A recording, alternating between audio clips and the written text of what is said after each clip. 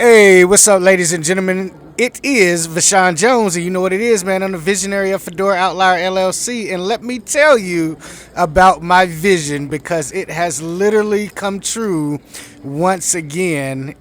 Those sounds are actual people walking around the 2024 National Federation of the Blind Convention.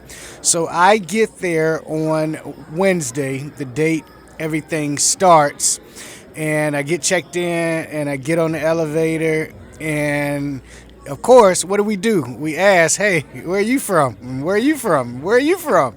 And so I hear the voice of the person, and I'm like, hey, are you from Georgia? Are you? And I asked the name. She was like, yeah, who is that? And I said, this is Vashawn. She was like, oh my God, oh my God. She gave me a hug, right? In the middle of the elevator. And so I'm telling the people on the elevator this story that I'm about to tell you all. So you guys know, of course, right? I got to record a video on just about everything that I do so that in the future, my legacy, it'll be forever stamped that it was done.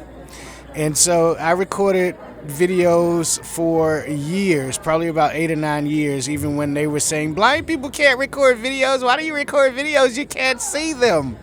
And I thought that was the most stupidest thing, but nevertheless, I've done it so it can forever be done. And so here we are. All right, so my goal at Fedora is not just to teach technology and to make loads of money and all of that. It is to really help people get from being stuck. I'd say take you from where you're at to where you want to be. And I had the opportunity to watch this unfold over the last 6 months. Now, I've helped hundreds of people, I've taught thousands of people, but this one takes the cake for me. So we're in the elevator, and we hug, and the story goes like this.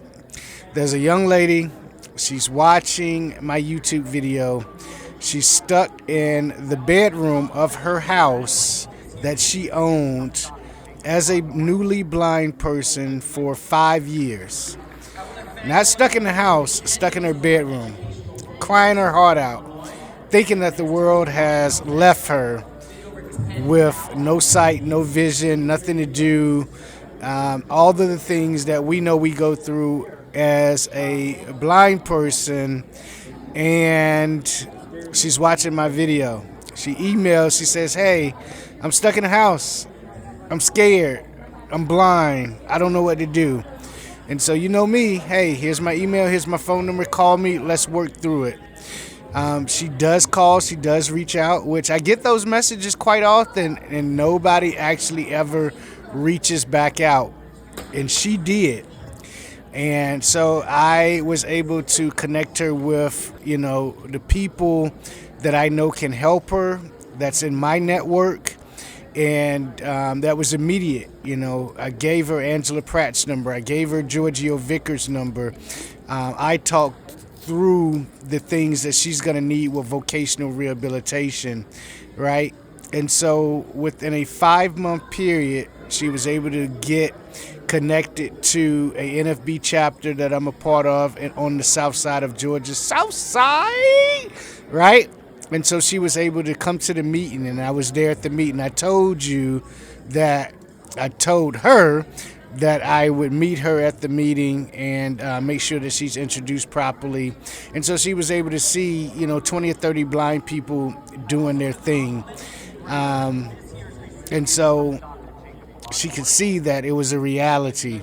Now, here's the other thing with that is, so once she gets connected with VR, we were able to help her navigate VR so that she didn't have a bunch of the red tape. What do I mean by the red tape? You don't know what to bring, what to do. You think VR has jobs. You think they're able to help in a way that they can't. They're not going to tell you that they can't help you in that way. They're just going to let you find out. And so if you don't know, nobody's told you, you're sitting around waiting for them to call you back. I said, oh, no, don't wait for them to call you back. You'll be waiting forever. And we was able to help her navigate that. Now she's at the Colorado Center for the Blind. getting all the services that she needs to become the person that she wants to do. She was super excited, but not only was she excited, she was leading the pack. She was finding the buttons on the elevator. She was leading the individuals that were on the elevator on, with her group. And she was just doing the damn thing. And it was amazing to take someone from being stuck to being a leader. And so I'm going to interview her once she gets back. It'll be a few months, but you guys know how I do and what I bring to the table when it comes to the interview. So I'm excited to bring her to you all. And she is a totally different person. She had a lot of things go on, including a super close death in the middle of all of this, and she still made it. She still made it to see the light, and I can't wait. I can't wait to bring you this particular interview. So imagine how I felt the very first person that I ran into out of thousands of blind people was this particular lady, right? That we were able to help just from a YouTube video. So when I say let's change the world, and let's change the world together, you guys know that I mean it. Let's change the world together.